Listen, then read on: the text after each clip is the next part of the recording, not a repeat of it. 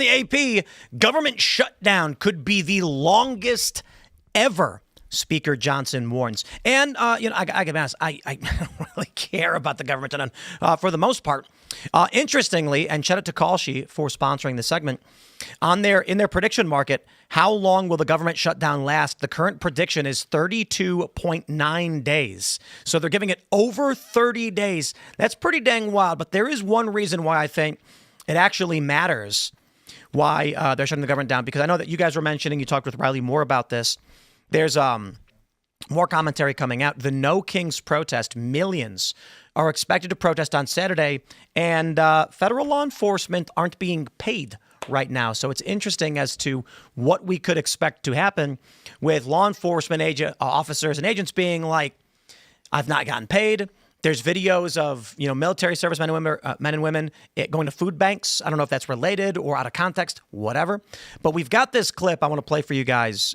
We'll play this one here. I don't know. It's a couple minutes long. Sources are telling me that the whole reason that the Democrats are doing this is because they want to be there for next weekend's No Kings March in Washington, where you're going to see these activists march in Washington this coming Saturday. One senator told me that the groups are threatening Minority Leader Schumer, telling him, you better do this and keep the government closed or we will make you irrelevant.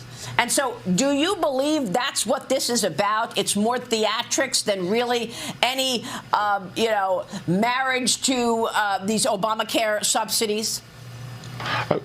Well, Maria, the American people are being held hostage by Chuck Schumer's poll numbers. Why did he go with a clean CR in the spring? What's changed is his poll numbers versus AOC have collapsed. And if in fact they are waiting for this No Kings protest, no kings means no paychecks and no government. Sure. But I think so. I think that's absolutely the reason. I'm curious what you guys think. I'm curious what you think of the shutdown, actually, as somebody who has experience in government. So here's what I think is going on. It's a byproduct of the way our political system's structured. So if you're a moderate Democrat today and you want to side with the sensible thing to not shut down the government, your greatest fear is what? It's being primaried by some wacko, a Mom Dami or an AOC type figure, right? So, and the reality is, in these primary elections for Congress, they're very, very low turnout. Mm-hmm.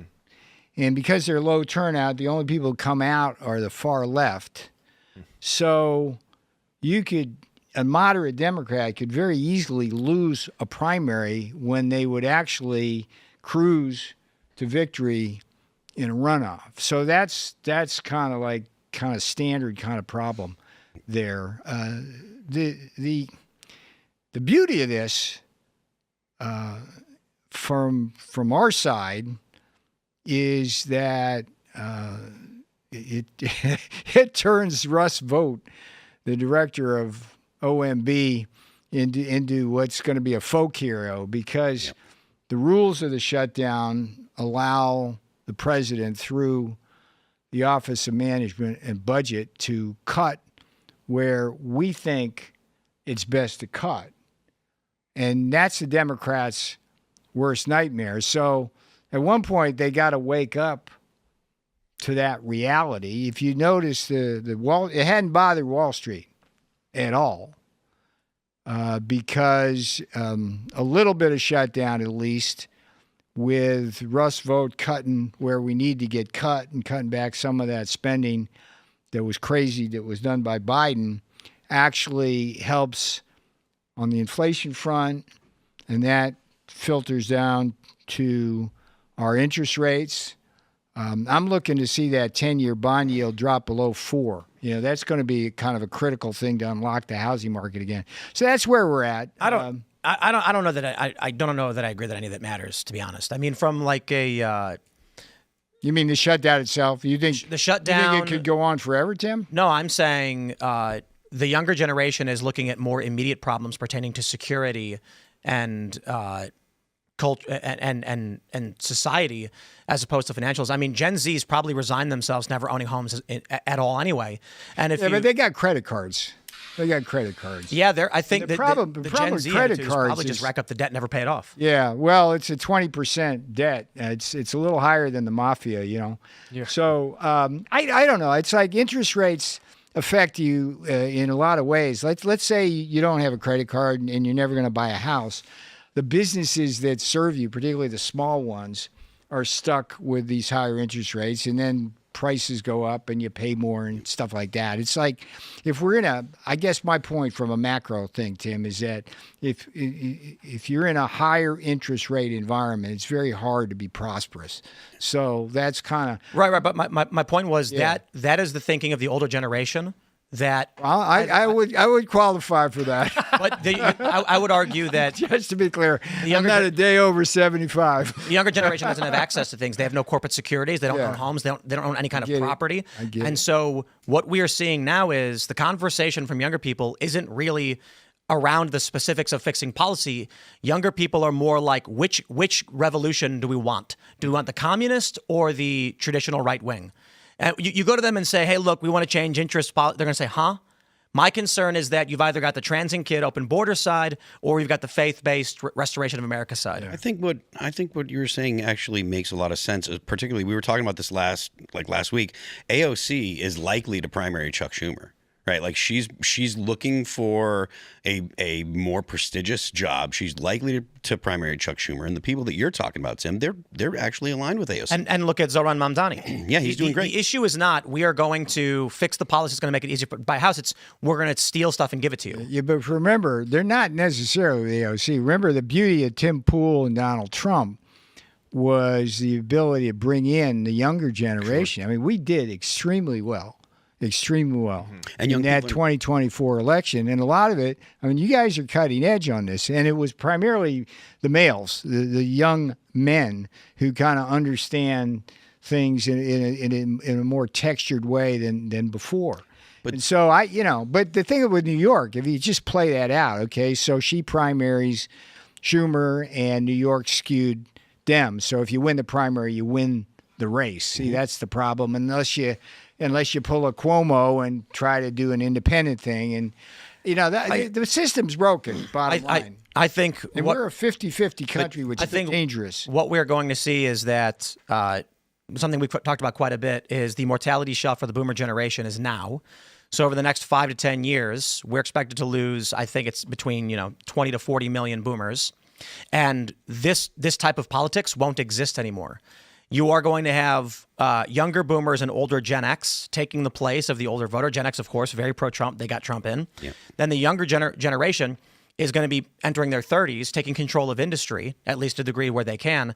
And then you are going to see this bifurcation is here already at the younger generation. No question. So when they move up into the industry, you will now have a bisection in this country. Far left communist worldviews, traditional right-wing constitutional republicanist worldviews, and what we're seeing already with fighting in the streets, these two distinct worldviews view themselves as an entirely different nations, essentially. So again, with the No Kings protest coming up on Saturday, with the government shutdown, I don't think the government shutdown conversation matters at all to young leftists. I think you may as well be. It certainly doesn't matter to young leftists. There is like they like burn. This is AOC. Down. I'm talking about AOC.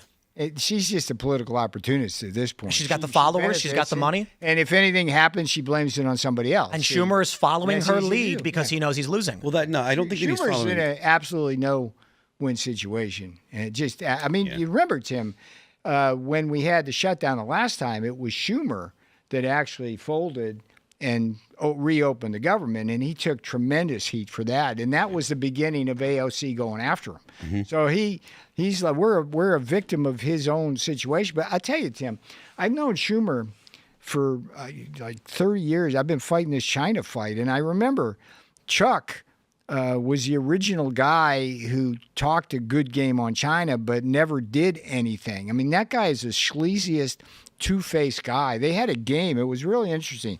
Congress would try to do this bill on Chinese currency manipulation. China undervalues the currency. They could sell us more shit and take our jobs, right? So one year, Schumer would sponsor the bill. They'd have one in the House, one in the Senate.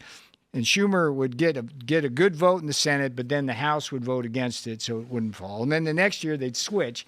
And it was like this game. So I don't trust Chuck as far as I could throw him. New York politics is broken. The problem is this country it's like a 50-50 country, blue versus red. You got Pritzker in Illinois talking smack with Durbin about the boss. And meanwhile, people are dying in the streets every day in Chicago. They don't see it. They don't care. Mm-hmm. And I think you're right, Tim. I think we're going into a world where it's going to be just very one against the other, and it could turn ways that we don't want. Thanks for checking out this clip from Timcast IRL. Make sure to watch the show live Monday through Friday at 8 p.m. Subscribe to this channel, and we will see you all there.